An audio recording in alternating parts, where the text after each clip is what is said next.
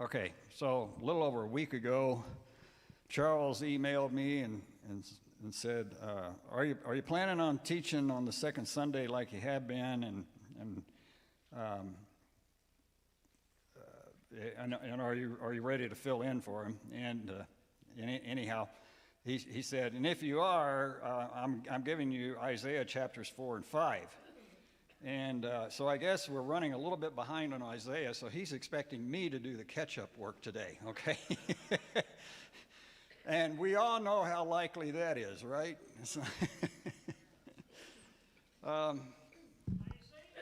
is only 5 verses. Yeah, okay, all right. Yeah, but chapter 5 is what? 30 long verses.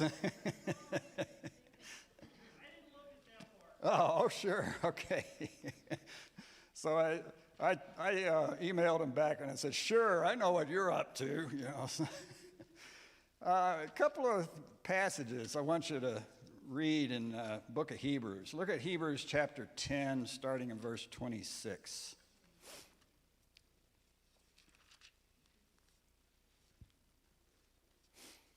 Hebrews 10:26.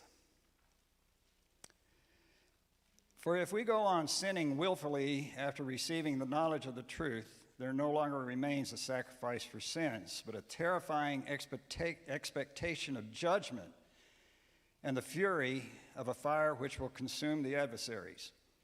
Anyone who has set aside the law of Moses dies without mercy on the testimony of 2 or 3 witnesses.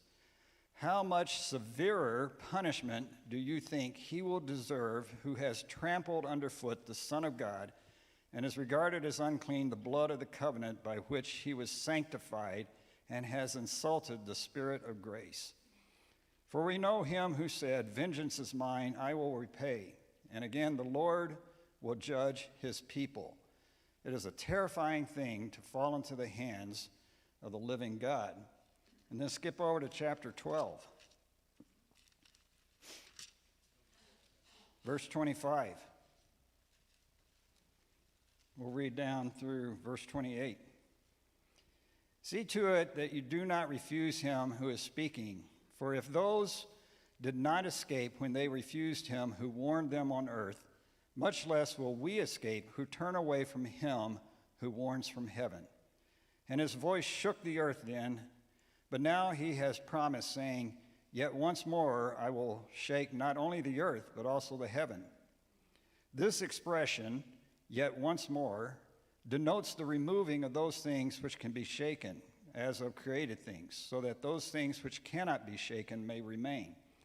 Therefore, since we receive a kingdom which cannot be shaken, let us show gratitude by which we may offer to God an acceptable servants with reverence and awe. For our God is a consuming fire. Does that cause you a little trepidation? It should, okay? Because I believe the book of Hebrews is written to believers. And these believers are being warned, don't take lightly what God has given you in the person of Jesus Christ. Don't take that lightly. Peter tells us, gives us kind of a principle, that when it comes to cleaning house, God cleans his own house first.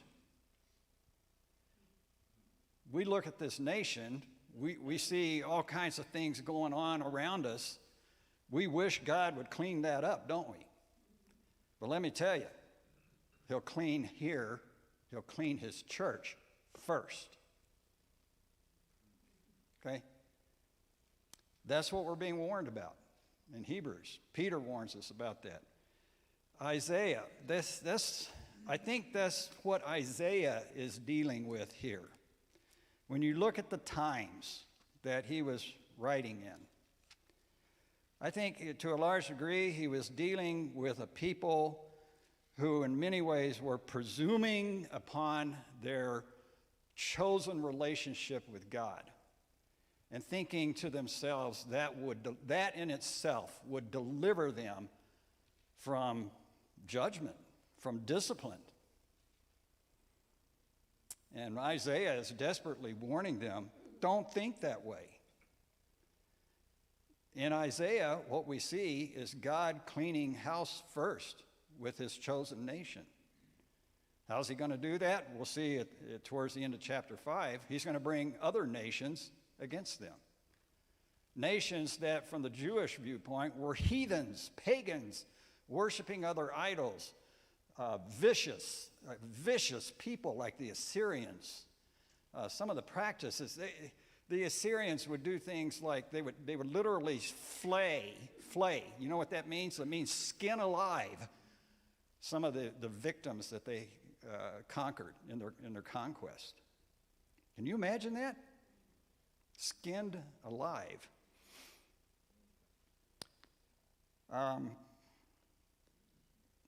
Little background. Maybe I should have asked Charles this. How much did you do? Really much background at all of these times? Okay. I want to. What? You got some planned? Go ahead. Okay, go ahead. I just want to give you a little flavor for the time that we're dealing with here.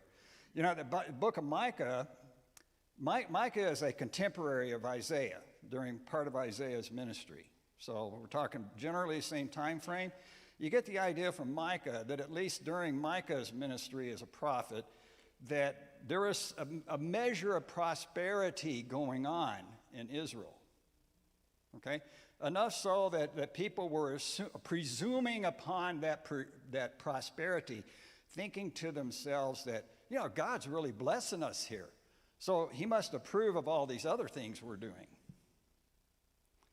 That was wrong. Well, Isaiah, he probably lived in Jerusalem. He had apparently access to the kingly court, to the aristocracy of Israel. Tradition even says that he was a cousin of King Uzziah. He was married. He had 2 sons. He probably died during the reign of Manasseh. In fact, he may have been murdered by Manasseh or indirectly because of Manasseh. Isaiah wrote a biography about King Hezekiah. And as far as we can tell, he must have died after the king of Assyria, Sennacherib, died. And Isaiah ministers during the reigns of Uzziah, which in chapter 6, in chapter 6, at the beginning of that chapter, Isaiah is writing in the year that Uzziah dies. So we assume probably his ministry began near the end of that time. He prophesied during Jotham, Ahaz, and Hezekiah. And as I mentioned before, probably dies early in the reign of Manasseh. During all this time, the northern kingdom, the 10 tribes of the northern kingdom, are in serious decline, and eventually they fall to the Assyrian Empire in 722 BC. And as I said before, Micah was a contemporary, also Hosea, the prophet Hosea. Hezekiah became king after Ahaz died, and that was about 7 years after the fall of the northern kingdom to Assyria. So that kind of, if you understand that, it makes some sense that Hezekiah, being inclined toward God, immediately set about to rid Judah of all that contributed to the northern kingdom's downfall, which even included getting rid of the bronze serpent that Moses had made several centuries before, because that had become actually an object of idolatry. And so the result then was a reformation that occurred during Hezekiah's time that had never been seen before and really never after. Hezekiah wanted to rid Judah of Assyrian domination. He thought maybe Egypt could help, but Isaiah warned him not to trust in Egypt, but to trust the Lord instead. Hezekiah withheld tribute then, which had been paid since under Ahaz. That was tribute to Assyria. And during Hezekiah's time, and we're actually getting kind of ahead of where we are in the prophecy here in the book of Isaiah. But nevertheless, Hezekiah rebuilt fortifications in Jerusalem. He formed kind of a loose alliance with some of the other states in the area. And in 701 BC, Sennacherib invaded Palestine. He conquered almost all the Philistine cities and 46 of the Judean cities. When he came to Jerusalem, Hezekiah offered to pay a huge sum of tribute to him. And it was close to that time or following that Hezekiah became very ill. And you remember how he prayed to the Lord about this, and the Lord granted him more time. And that was where that miracle occurs, where the sun on the steps moves backwards, the equivalent of about an hour, 40 minutes or something like that. And so Hezekiah is granted more time. And but then Babylon was beginning to rise up in his power and his influence and taking on or challenging Assyria. And a Babylonian king named Merodach-Baladan came to visit in Jerusalem. And he wanted to enlist Judah's support against Assyria. Well, Hezekiah made the unfortunate mistake of showing him the temple treasures. Remember that? And Isaiah, in his prophecy, condemned him for that and told him, basically prophesies of what's going to happen as a result. A later king of Babylon, Nebuchadnezzar, under his reign, they come in and they ransack Jerusalem because they know what's there, okay? They know the wealth that's there. Another story associated with this, probably in about 689 BC, leading up, before we get to Nebuchadnezzar, Sennacherib returned with a huge army and sent emissaries to Jerusalem to basically demand a voluntary surrender or submission to them and start paying tribute again. Isaiah told Hezekiah to not submit and to call upon the Lord, which Hezekiah did, and God delivered Jerusalem by slaying 185,000 of the Assyrian army. And the Assyrians had to return, Sennacherib had to return home in defeat. Let's see. Hezekiah co-reigns. Towards the end of his reign, he co-reigns with his son Manasseh for about 10 years. And Manasseh ruled for another 45 years. Manasseh set a new record in Israel for apostasy. Now, how can that be when you consider the testimony of Hezekiah?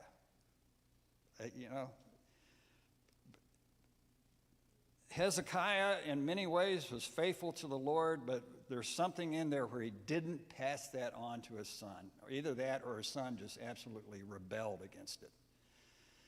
And so anyhow, under Manasseh, they went back to building altars to Baalim, planting groves of Asherah, serving the host of heaven, which is astrology, building altars within the temple to the stars and the planets. He even offered some of his children as sacrifices in the valley of Hinnom. He consulted witches and mediums, all of these things clearly in violation of the Old Testament law. But then he got carried off by the Assyrians and later returned and apparently humbled. And he tried to turn back to Yahweh and went on and tried to destroy the pagan altars and images and repair the temple and everything. But in a sense, it was already too late. God had already set the wheels of discipline, of judgment in motion. And that kind of takes us through the history of the span of this time. Okay? So chapter 4. Okay? Chapter 4, yeah. How do we know all this history that you were talking about? Does it come from writings of other historians? Better part of it is, Sterling, read your Bible. I don't mean that in a derogatory sense. Most of it comes from reading, like in Kings, Chronicles, etc. But there's also some extra biblical sources, and there's some archaeological sources that we can coordinate some of this with, and it helps us set some dates and things like that. Okay? All right, good question. Chapter 4. Really, sometimes you got to take exceptions with chapter and verse divisions. the first verse of chapter 4, I think, really belongs with the end of chapter 6, or 3, I mean. There in verse 24, chapter 3, now it'll come about that instead of sweet perfume, there will be putrefaction. Instead of a belt, a rope. Instead of a well-set hair, a plucked-out scalp. Instead of fine clothes, a donning of sackcloth. And branding instead of beauty. This is talking about the women of Israel. Your men, verse 25, will fall by the sword, and your mighty ones in battle. Her gates will lament and mourn, and deserted she will sit on the ground. For now, verse 1, chapter 4, for 7 women will take hold of one man in that day, saying, we will eat our own bread and wear our own clothes, only let us be called by your name to take away our reproach. What does that sound like to you? No men left. Yeah, exactly. No men left. Why? They were all killed. Yeah, they've all been killed in battle. Okay? So we have a huge imbalance in the population there. The men, where have all the soldiers gone? Okay? They've died in battle. And the women, the reproach that they're talking about is the reproach of going childless. And so this is probably not exaggeration here. As far as women seeking out a man that what they really want is his name and a child by that man. And they're saying, hey, you don't have to feed us. We'll take care of our own bills here. Okay? Just give us a name and give me a child. Take away that reproach.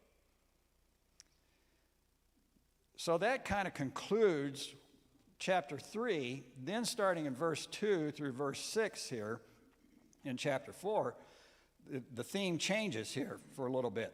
In that day, the branch of the Lord will be beautiful and glorious, and the fruit of the earth will be the pride and the adornment of the survivors of Israel.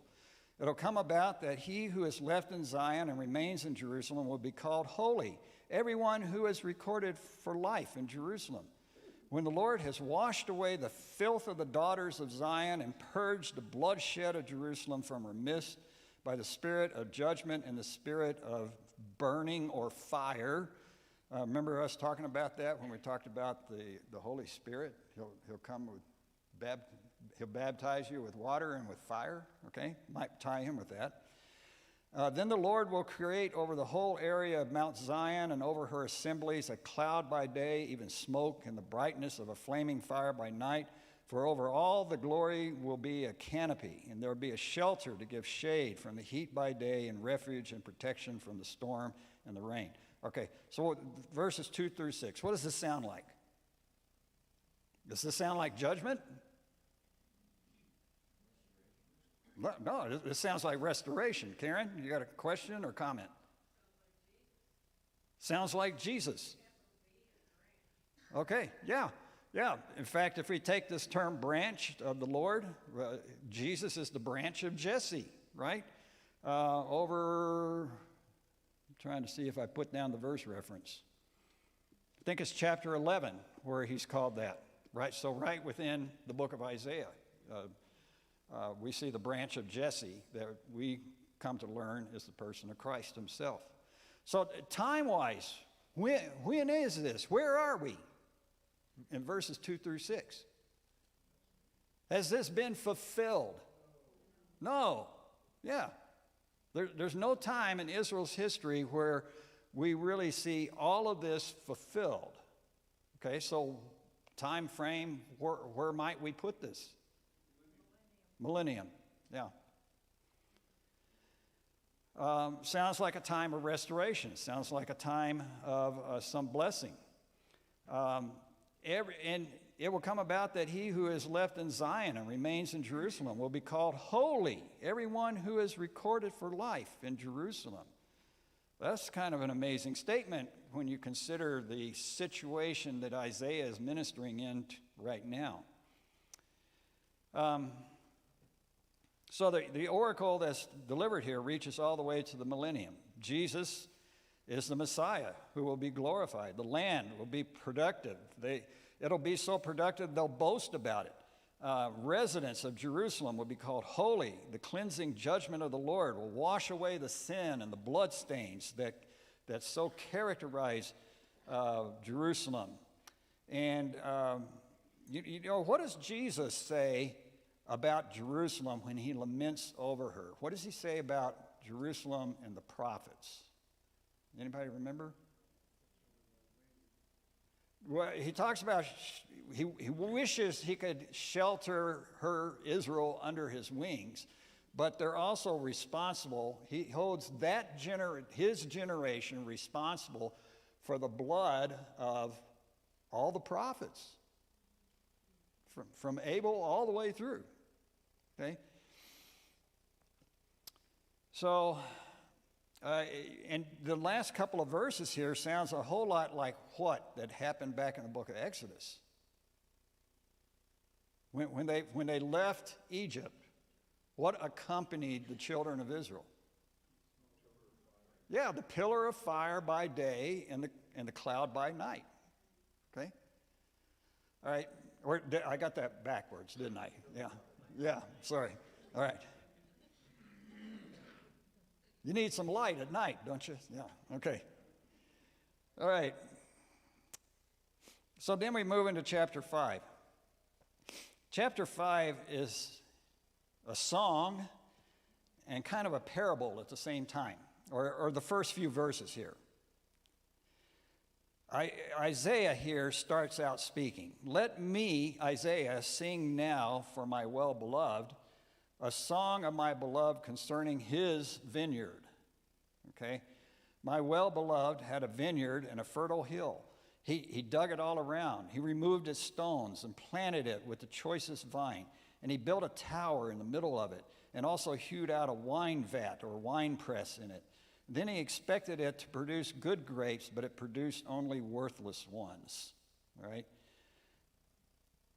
Who is the person who plants the vineyard?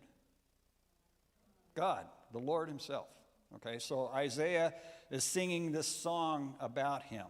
All right, and at the same time, it's something of a parable.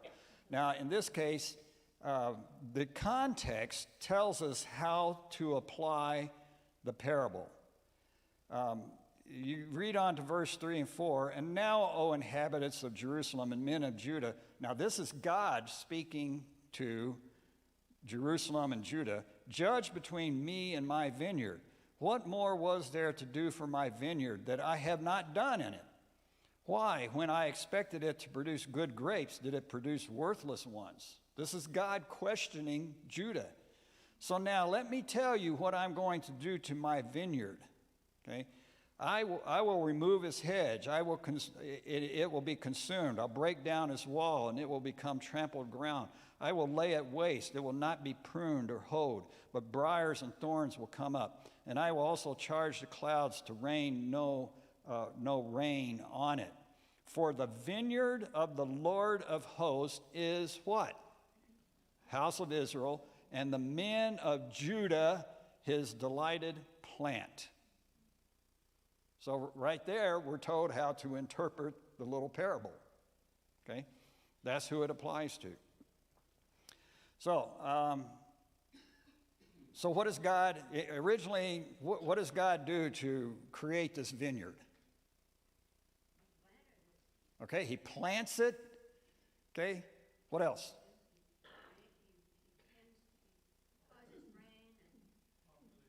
He cultivates it. He needs to go out and get some grapevines, right? So he goes out and finds the choicest ones, the best ones he can find, right? He builds something in it. The watchtower, what's that for? To watch over it, to keep any kind of predator out of that vineyard that might want to steal the grapes or do damage to the vines, okay? He also builds something else. Yeah, the wine press, which is where you're going to take the grapes and you're going to crush them to produce the wine from that, okay? So there's the literal side of it. How does that apply to Israel? How does that apply to Judah? He gave him a beautiful land. He planted them in a land, right? Yeah. And then what? He protected them. Okay? He gave them rest from under Joshua. He gave them rest from all of their enemies all around. And when he planted them into cities that they had not even built themselves. Remember? Okay? When it comes to the vat, the press, the wine press, what might that kind of symbolize or speak of? What did God expect from his people? Goodness. Yeah, righteousness. Okay? Yeah. That's what he did. That's what he expected. But that's not what happened, was it? Yeah, sour grapes. That's what he got. So when he says, verse 5, I will remove its hedge. What does the hedge do? It protects it. God, how does God, in reality, in history, how is God going to do that? Whatever it is that protected Israel, which is the Lord himself, really, okay, he's going to remove that. So then Babylon, for Judah, it's going to be Babylon that comes in. I'll break down his wall. Again, that symbolizes taking away that protection. And it will become trampled ground. If you remember anything about the conquest of Jerusalem in 586 BC, that's what happens. Literally. Very literally.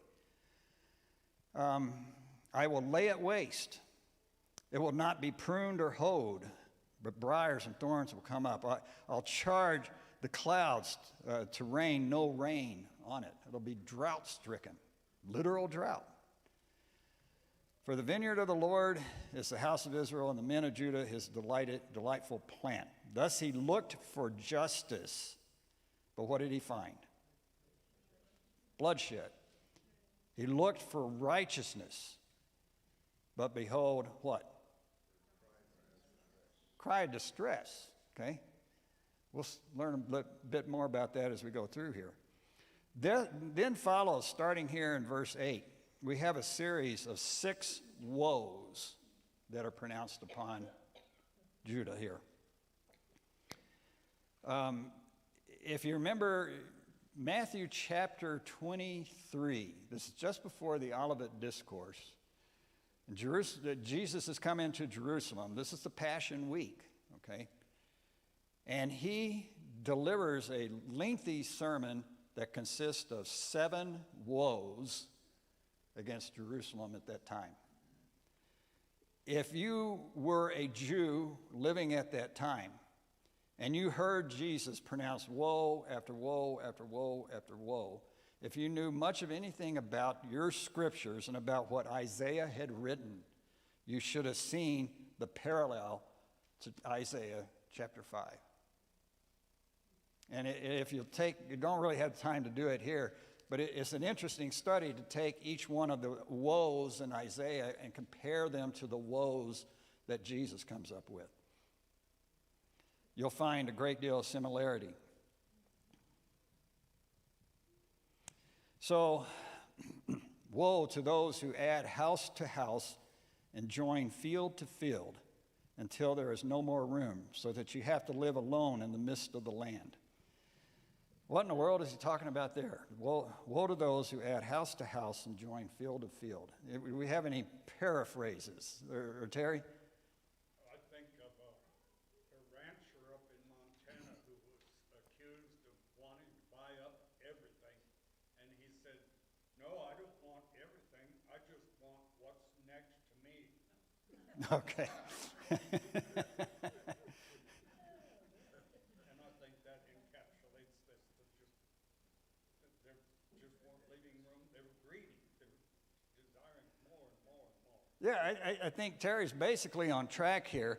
What's helpful is to understand a little bit about when the Jews moved into Palestine, and during the period of conquest under Joshua, when you get towards the end of the book of Joshua, they have rest from their enemies all around, and they take the land and they start dividing it up. okay? And God laid out some principles in his word about this. And the key principle was that the land belonged to who or whom? No. The land belongs to God, okay?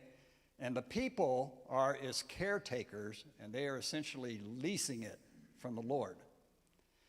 And under Joshua, the land is divided out by the tribes, the clans, and then within those clans, it's divided out by families. And the basic plan that God gave them was that the land that is deeded to a certain family should stay permanently with that family. And markers were set up.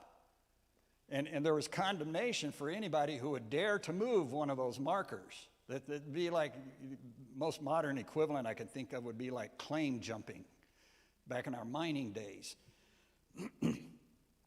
So that if you were, say, a family member and you owned this parcel of land and you died, okay, there were provisions under the law and under the instructions for how that land should remain in the family. That other family members, going from the closest relative to more distant relatives, had the privilege or the opportunity to redeem that land and keep it in the family, right? But and there were even provisions made for daughters and widows, okay, so that that land could remain in the family. Apparently what was going on here that Isaiah is condemning is those who found ways to either just blatantly ignore these provisions and or to find subtle workarounds. And so what they were doing was exactly what Terry was suggesting here.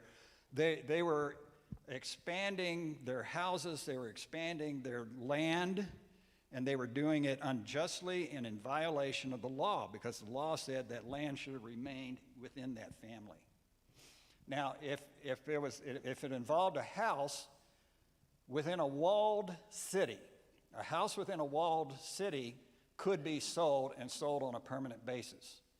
But if it was a house outside of a walled city, that house belonged to that land, that clan, that family, okay? And it was supposed to remain in their possession. Now, maybe they fell upon hard times, so what they could do is they could lease. In a sense, they could lease out that house, or they could lease out that land. They would do it based on when the last year of Jubilee had occurred and when the next year of Jubilee would occur. And so, in essence, what wasn't being leased wasn't so much the land, but how many crops that land could produce. And so the price would be set based on how many crops. You know, if you were leasing it to me, and I'm 25 years away from the year of Jubilee, the price to be set would be the equivalent of 25 years worth of crops that I could get off of that parcel. And then in the year of Jubilee, anybody remember what happens? It goes right back to the owner, okay? So anyhow, all that's being violated here.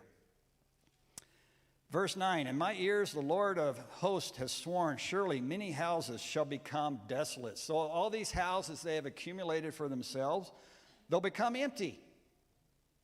These people, wealthy people that worked on accruing or accumulating all of this land and these houses to themselves, their own houses will be emptied. Even great and fine ones without occupants. And then you have an interesting description here. It talks about the productivity of the land that they tried to confiscate. For 10 acres of vineyard will yield only 1 bath of wine. Okay? Just virtually nothing in comparison to the size of the field that the vineyard was built on. And a homer of seed will yield an ephah of grain. A homer of seed would be about the equivalent of 6 bushels of seed that you would take and plant.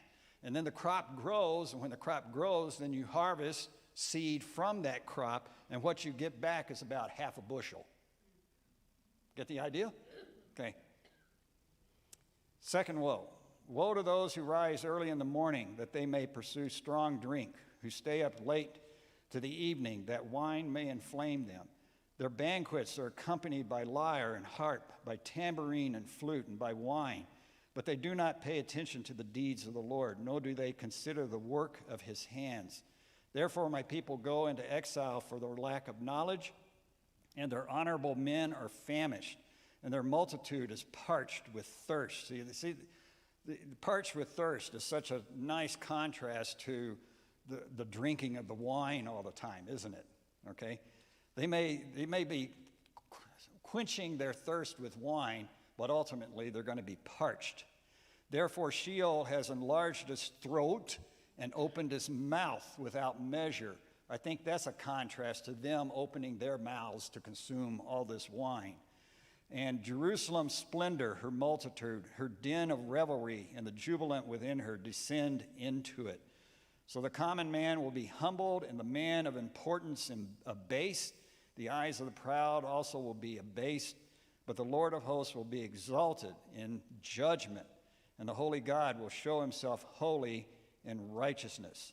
Then the lambs will graze as in their pasture, and strangers will eat in the waste places of the wealthy. And that last part, I think, alludes to Jerusalem itself becoming so desolate that weeds and grass have grown up in it, and sheep can graze in there as though they were out in pasture. So another figure of desolation. So in these verses that we just read, what does this sound like? What's the image that comes to your mind? Absentee ownership, okay. All right. What about all the wine? This reflects at least a certain segment of Judean society that was alcoholic, basically, right? Isn't that what that sounds like? That's what consumed much of their day. As soon as they rise up in the morning, they want to drink. And how long do they drink? They drink all day, and they drink into the night. And along with that drinking, what goes along with it? Revelry, parties, okay? And all of the sin and excess that goes along with that. Debauchery is one of the words we have in the New Testament for that. All right, so that was the second woe. Woe number 3. Yeah. Okay. Good. Okay. He's watching the clock. All right. Yeah. Y'all look at the next woes, okay? And maybe now I've given you a little flavor for what's going on here, and see how you think this applies. I do want to give you one thought. We'll leave you with one thought here. In the coming woe, there are 2 possible attitudes here that I think that this reflects. One might be an attitude of presumption, right? Thinking, hey, we're God's children. Nothing bad's going to happen to us. We can do whatever we want, but we're God's children, okay? That's presumption. The other could be an attitude of neglect or indifference or self-sufficiency. All 3 of those, basically the same idea. And the attitude might be, we can handle whatever God can dish out. In other words, bring it on, God. All right. When you look at woe number 3, ask yourself, which one do you think that is?